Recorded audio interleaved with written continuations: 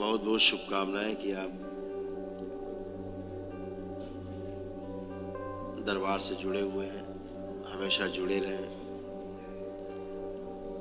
अपने को धन्य करें।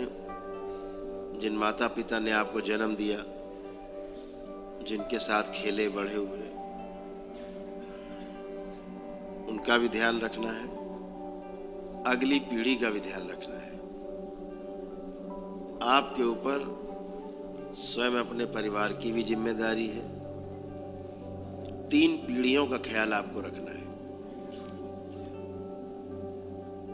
जो इन 3 पीढ़ियों का ख्याल रख लेगा, वो समझो बाबा के इम्तिहान में पास हो गया।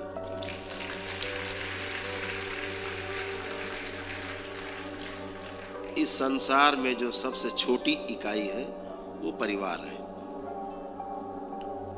कई लोगों का समूह, जो सबसे छोटी इकाई वो परिवार है।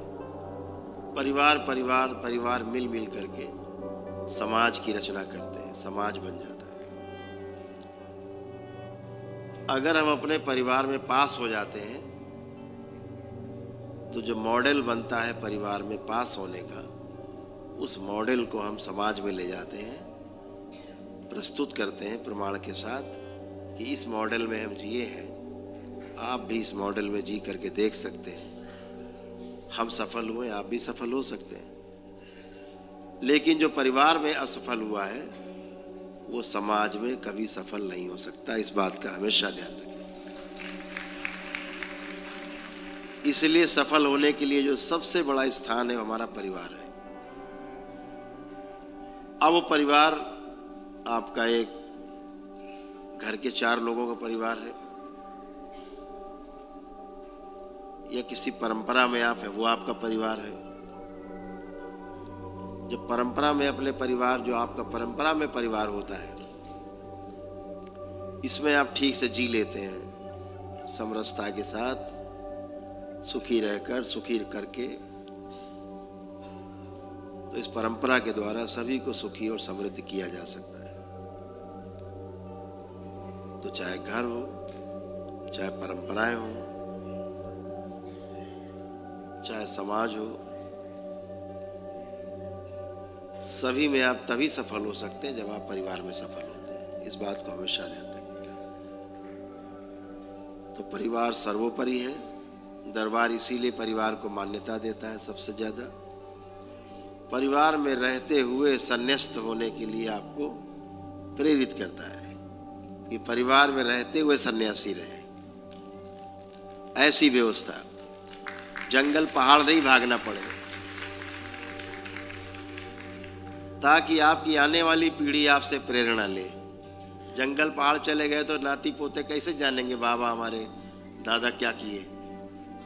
तो घर में रह के सन्यासी होना है, घर में रह करके ईमानदारी से आगे बढ़ना है, मजबूती से घर में रह करके प्रेम की बरसात करनी है, उस बरसात में भीगना है, भिगोना है। तब तो परंपरा आगे बढ़ेगी परिवार की खुशहाली की। पहले लोग परिवार छोड़ के काहे भाग जाते थे? इसी में भाग जाते थे। घर में ऐसा माहौल होता था कि भाग जाते थे। तो ऐसा माहौल बनाना कि भागने न पाए कोई, परिवार में रहे और सुख पूर्वक रहे, सुख और समृद्धि से जिए। तो समृद्धि का अर्थ है कि मेरे पास जितना है मेरी आवश्यकता से अधिक है, ऐसा दिख जाना, ये समृद्धि। तो दरबार अभी बहुत कार्यक्रम लॉन्च करेगा धीरे धीरे, क्योंकि अब वो समय आ गया है। 2025 आने वाला है, एक कदम के बाद 2025।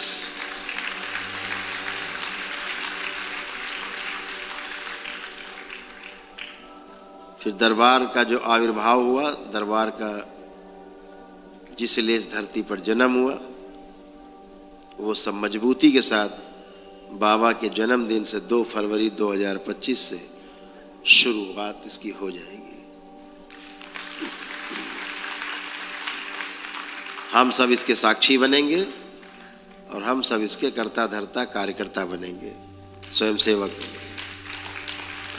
बाबा माँ के हम लोग सिपाही बनेंगे और बाबा माँ के संदेश को पूरी दुनिया में, पूरी धरती पर फैलाएंगे।